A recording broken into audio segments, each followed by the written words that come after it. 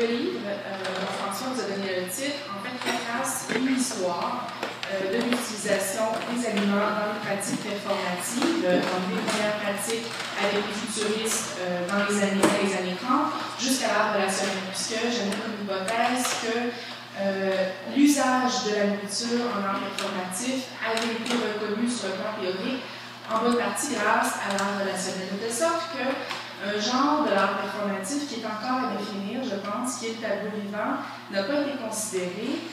Pourtant, c'est un genre qui m'intéresse beaucoup. Donc là, la présentation que je vous fais aujourd'hui, qui n'est essentiellement pas en art visuel, mais en cinéma, me permet pour moi de rebondir sur cet intérêt-là du tableau vivant et de voir comment on va utiliser la nourriture dans le tableau vivant en prenant comme point d'ancrage une œuvre qui, à mon avis, est déterminante pour le sujet, ou pour les deux sujets, soit la ricotta de Pasolini.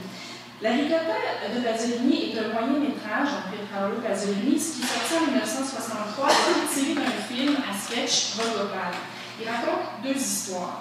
L'une, celle qui va m'intéresser surtout ici aujourd'hui, est le besoin de manger d'un sous-prolétaire du nom de Strassi, qui cherche, elle, affablement à se nourrir jusqu'à ce qu'il y arrive et en meurt. L'autre, histoire d'une fiction, avec un réalisateur qui est personnifié par Orson Welles, et qui va retracer le tournage d'un film sur la Passion du Christ. La ricotta y investit pour la première fois le tableau vivant dans une démarche contemporaine, en questionnant les codes du tableau vivant et en les exploitant à des fins d'occidence, que je vais tenter de vous démontrer tout au long de la présentation. Elle remet sur un divertissement populaire, en fait, que ses traces et l'origine dans leur image, mais que va littéralement inventer le 19e siècle, et qui va par la suite passer d'un divertissement populaire à la photographie et au cinéma primitif. Qu'est-ce que c'est que le tableau vivant? Ce sont des individus qui vont garder la pose, costumés, derrière les décors, de manière à cristalliser en une image qui est performée, un récit littéralement. Il s'agit d'un genre donc, historique que va revisiter Pasolini au cinéma et qui va aussi revisiter en regard des arts visuels où le tableau vivant est maintenant significatif.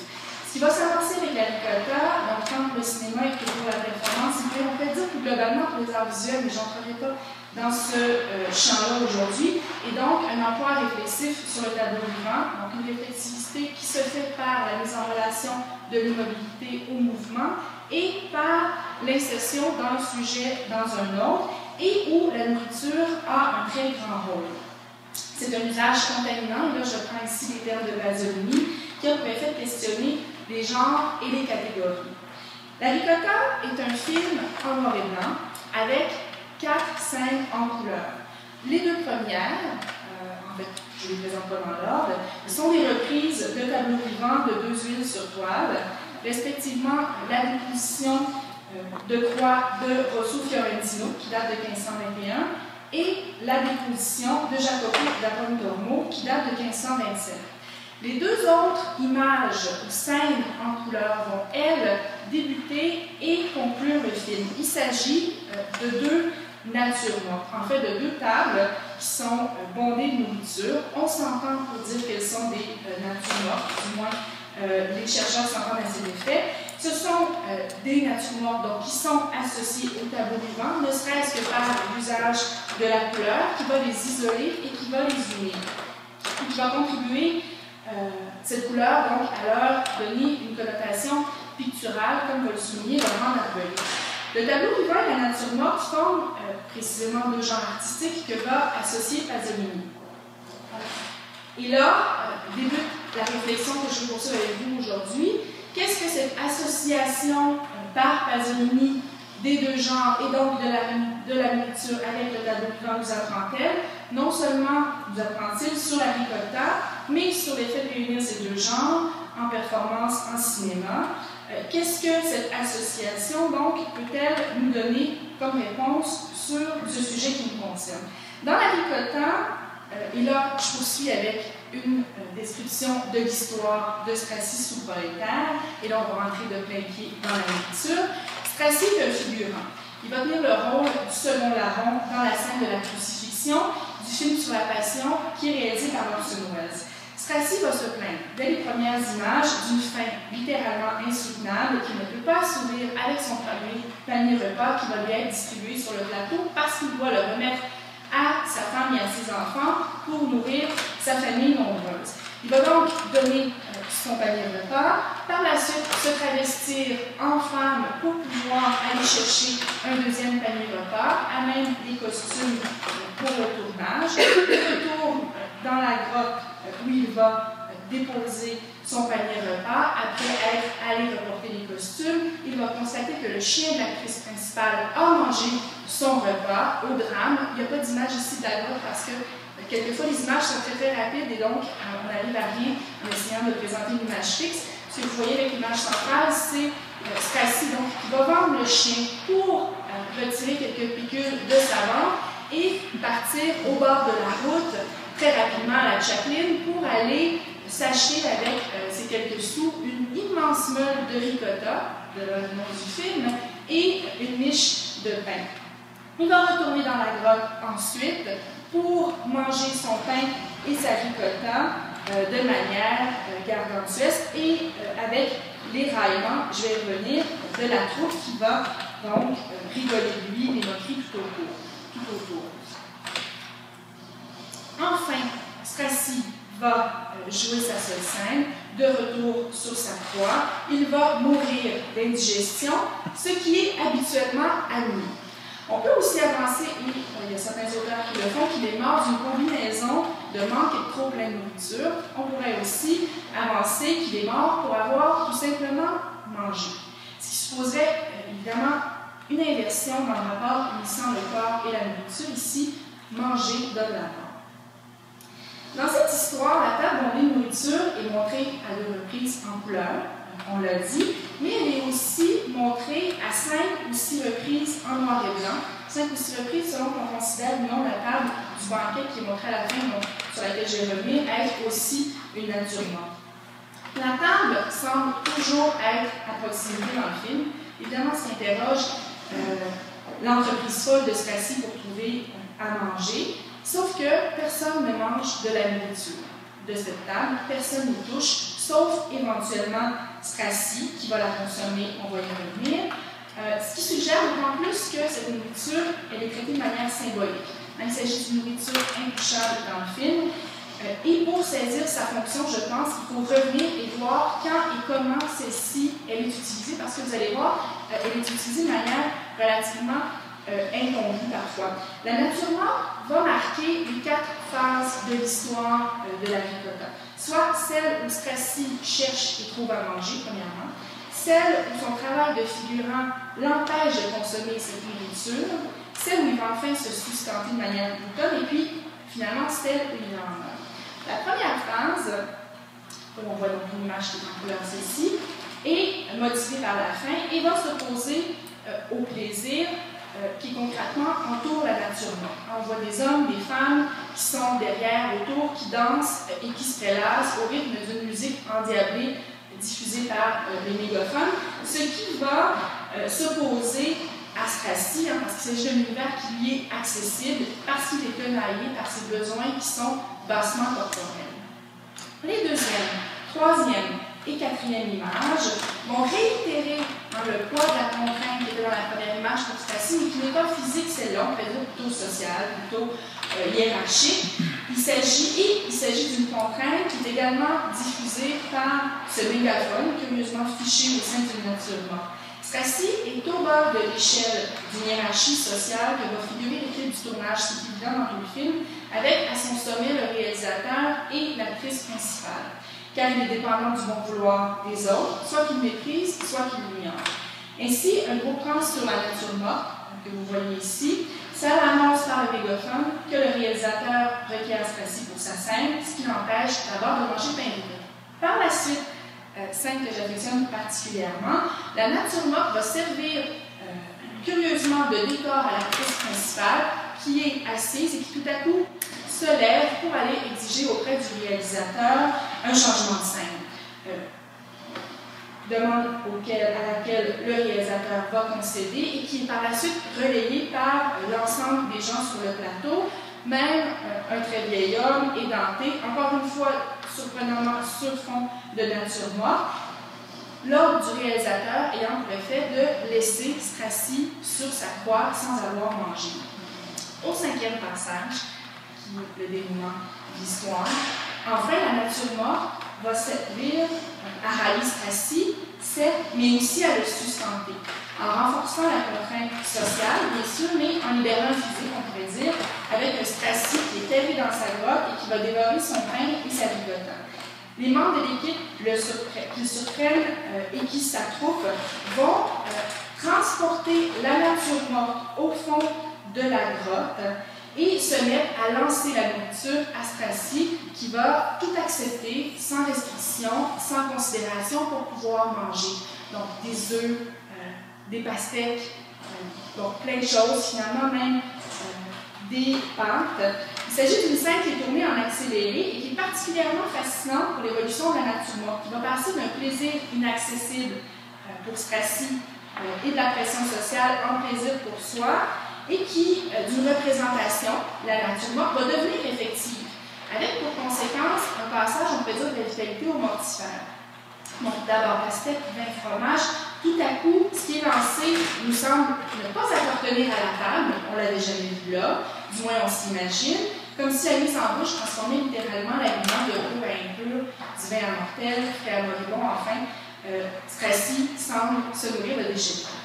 Strassi semble avoir littéralement activé la nature morte dans cette œuvre-là en incorporant non pas seulement des aliments, mais surtout ce qu'ils symbolisent. Évidemment, une vanité, on l'aura compris, la destinée mortelle de l'humain, qu'incarnerait ici Strassi. En buvant et mangeant, on pourrait dire que Strassi déplace la nature morte d'un genre de la peinture à l'expérience vécue pour montrer en accélérité la corporéité de la mort. Par là, Pasolini semble choisir l'immanent sur le transcendant et l'environnement sur la représentation. C'est fascinant selon moi parce que ce film-là a été produit en 1963 et on peut établir des correspondances avec les développements de la performance de cette époque-là. Au courant des années 50 et des années 60, bon, bien sûr, on va en performance promouvoir l'expérience vécue sur la représentation, mais on va aussi intégrer de manière relativement extensive la nourriture dans la performance avec un usage transgressif qui a un écho avec ce sale festin de Strassi. Je montre trop rapidement des exemples, mais quand même qui sont parlants, notamment avec les actionnistes viennois, une image de commune de la performance Paris Mittelfest, où on voit des performeurs qui au départ font corps avec une composition d'aliments, une nature morte, qui est tout à fait contrôlée et qui, à la fin, devient un véritable fouillis où les corps et les aliments s'entremêlent. Autre exemple avec Agnès Spoerri, que je considère faire de la performance par ses tableaux vivants. Donc, chez Spoerri, les tableaux pièges conservent les traces des performances, que sont les repas consommés. L'artiste va fixer tel quel les restes sur les dessus de table, qui par la suite vont être accrochés à la verticale.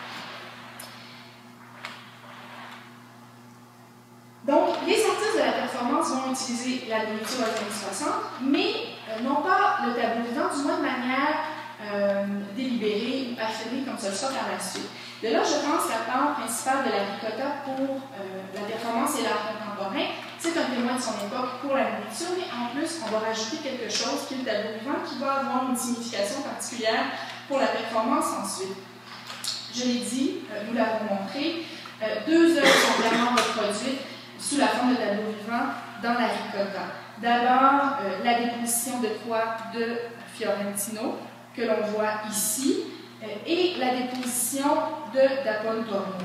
Donc, pour créer un effet esthétique et émotionnel, parce que ce sont deux œuvres maniéristes, donc de la fin de la Renaissance, qui sont reproduites ici, le maniérisme va, et là le saut est un peu rapide, travailler les mouvements, travailler les couleurs de manière non réaliste. Donc, on le voit ici, hein, les corps ne sont absolument pas réalistes.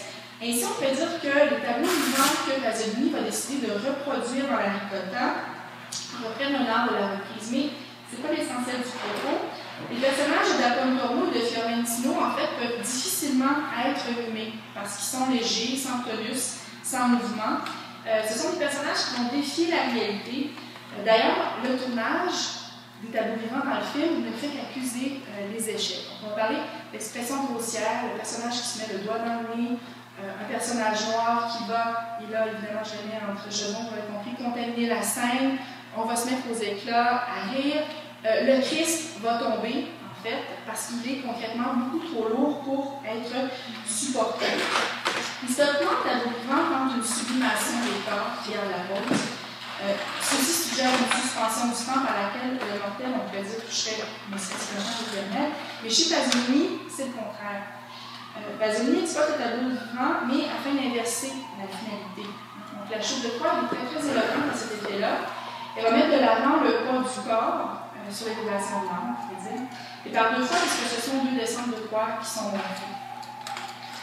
Les genres du tableau vivant et de la nature morte, et là, voici le lien vers lequel je vais vous amener par la mise en relation de ces deux genres, sont à la fois, mais inversement, au sommet de hiérarchies qui ont été établies historiquement par l'histoire de l'art, donc des hiérarchies qui ne sont plus appliquées depuis longtemps, mais qui ont participé à former ces genres et que va utiliser Pasolini dans son œuvre. De là, l'intérêt, je pense, de les considérer avec lui.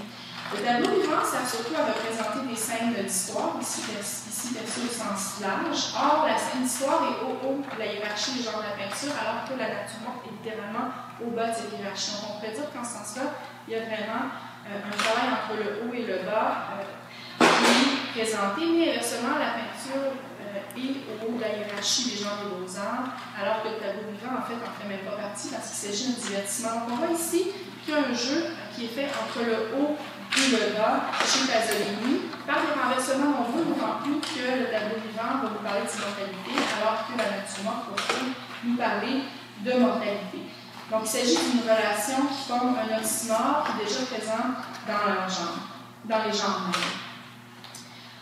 La mise en relation de tableaux vivants et puis de nourriture aurait pu naître et mourir avec Pasolini, mais elle perdure, puisqu'il y a des artistes qui travaillent le tableau vivant aujourd'hui qui utilisent l'immobilité pasolinienne, qui vont aussi renverser et démentir avec des aliments. Je vous présente très rapidement des œuvres, j'aurais pu en prendre d'autres de ces mêmes artistes, qui sont déterminantes sur la scène internationale et nationale pour le tableau vivant, Vanessa Vyckoff, avec ici les B52, où des performeuses vont organiser de manière chromatique autour d'une table, vont manger de la nourriture selon les services chromatiques, donc on parle du rouge au vert, au bleu, au jaune, enfin, on comprend.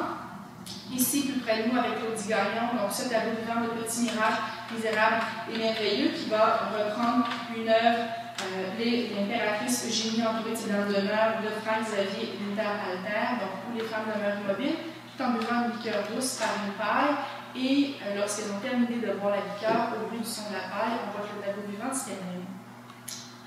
Donc, il y a maintenant un usage important de la nourriture dans le tableau vivant, mais ce avec quoi j'aimerais conclure, donc ça va quand même bien, hein, j'ai le temps, peut-être que je peux ralentir le rythme. J'aimerais maintenant conclure avec la dernière scène de la ricotta, pour enchaîner sur la dernière scène, le dernier repas du Christ, parce que si vous vous souvenez, il s'agit du titre de ma présentation, j'en ai pas encore parlé. Donc, il s'agit d'une association. J'aimerais donc maintenant conclure avec la dernière scène de la ricotta, qui associe un peu à la manière dont feront ensuite Vanessa Vyckoff, Claudie Gagnon, et là j'ai limité les exemples, mais j'aurais pu vous en montrer bien d'autres, l'aliment et le tableau vivant. La scène va nous montrer Strassi, qui est sur sa croix et qui peine à répéter la seule ligne qu'il a à dire dans le tournage, ce qui nous indique une scène parlée qui n'est pas un tableau vivant. D'ailleurs, la scène est extérieure, alors que les autres tableaux sont tournés sur fond bleu et le Christ n'est pas le même. Donc, il ne s'agit même pas du même personnage qui joue la figure principale. Pourtant, cette dernière scène unit, on pourrait dire, enfin, parce que sinon ils sont en relation, ils ne sont jamais unis, le tableau vivant et la nature morte, en recréant une dernière scène. Le dernier repas du Christ, ce qui est d'ailleurs confirmé le film précédent de Pasolini, qui est Mama Roma, qui date de 1962, où le film va débuter avec un repas de noces qui s'apparente clairement à une dernière scène et qui va se terminer avec la crucifixion. Dans la ricotta, ces deux moments sont réunis en un seul pour créer cette dernière scène, soit le film, la fin du film et du film dans le film. On va recevoir pour l'occasion un gratin avec des politiciens, des journalistes, des acteurs, pour lequel la table va être dressée. Il s'agit par contre d'une table incongrue, une extension de la nature morte, parce qu'elle est montée frontalement au pied de la crucifixion qui est sur le point d'être filmée. Mais Strassi ne va jamais réciter sa seule ligne. Quand Orson Welles s'écrit, et c'est un moment très prenant, action, qui va répéter action, qui va répéter encore action, en attendant la réplique de Strassi, en attendant vainement l'action, dont il cherchait vainement l'arrêt dans les tableaux vivants, il retrouve un tableau vivant mort, ou une vivante nature morte en Strassi, par ce couplage entre le corps mangé et le corps à manger. Strassi a activé la nature morte, on peut le dire, et va en mourir, on peut le dire, avec pour conséquence la mort du vivant dans le tableau, par des renversements nombreux auxquels la dernière scène n'échappera pas. Selon l'exégèse biblique, elle précède la passion, ici elle y succède, elle clôt le film, il filme dans le film en inversant un cycle. La dernière scène de la ricotta fait d'une mort divine toutes les morts, et d'une mort en idée une mort concrète. Elle fait d'une nourriture spirituelle une nourriture terrestre, d'une ascension une descente caverneuse, soit d'un esprit un corps, que vient symboliser et matérialiser tant la nourriture que Strassi ici. En exposant ensemble le corps nourri et le corps nourricier, Pasolini le fait au défaut de leur représentation. Il aborde bien sûr les sujets de la mort et de la religion, mais également celui des classes sociales, de l'exclusion, de la pauvreté et des besoins matériels, ne serait-ce qu'avec, ici, un vin eucharistique qui devient de la ricotta. Donc, puisque ce ne sont pas pain et vin, mais bien pain et ricotta que va consommer notre pauvre homme. Parmi les tableaux vivants de la performance qui exploitent frontalement les tables de banquet, qui vont placer d'un seul côté les convives, ou encore qui vont faire du corps performer une table sur laquelle on va consommer, en évoquant par là un peu la dernière scène, j'aimerais vraiment conclure avec très brièvement une dernière performance, une deuxième performance de Vanessa Woodcroft. Dans BB65, l'artiste a demandé à de véritables immigrants africains qui vivent en Italie de performer. Donc, vêtus en noir, ils vont consommer avec les mains du poulet. Dans cette œuvre, Woodcroft considère l'exclusion des immigrants dans l'espace public en inversant les rôles, parce que ce sont eux qui sont centraux dans l'espace de la galerie, alors que les gens du vernissage sont tout autour, et va le faire en reprenant sciemment l'iconographie de la dernière scène, en fait, qui est l'iconographie qu'on connaît bien, la dernière scène de Léonard de Vinci. Cette dernière scène est, en partie, grâce à Léonard de Vinci, qui l'a marqué dans notre imaginaire, mais bien d'autres choses encore, un récit qui est universellement connu. Dans l'iconographie, et donc depuis Léonard de Vinci, une longue table derrière laquelle le Christ et les apôtres est présenté. En fait, il s'agit d'une scène idéale, je pense, tant pour le tableau vivant, vu la composition frontale, mais ça, c'est des choses qui se fait à développer, que pour l'usage de la nourriture aussi, évidemment, parce qu'il s'agit de la dernière scène, pour la mise en relation du charnel avec le spirituel, ça aussi, évidemment, mais aussi pour quelque chose que viennent ajouter, je pense, les artistes en art contemporain, et c'est cette surimposition, cette mise en relation entre le religieux et le profane ou le social. Ce l'était avec Pasolini, ce l'est ici aussi avec Woodcroft, et chaque fois, du moins à ma connaissance, qu'on va se jouer de cette dernière scène, ça va être pour mettre en tension ces différents couplages d'opposés, en fait, qui sont partout présents dans le film. Merci.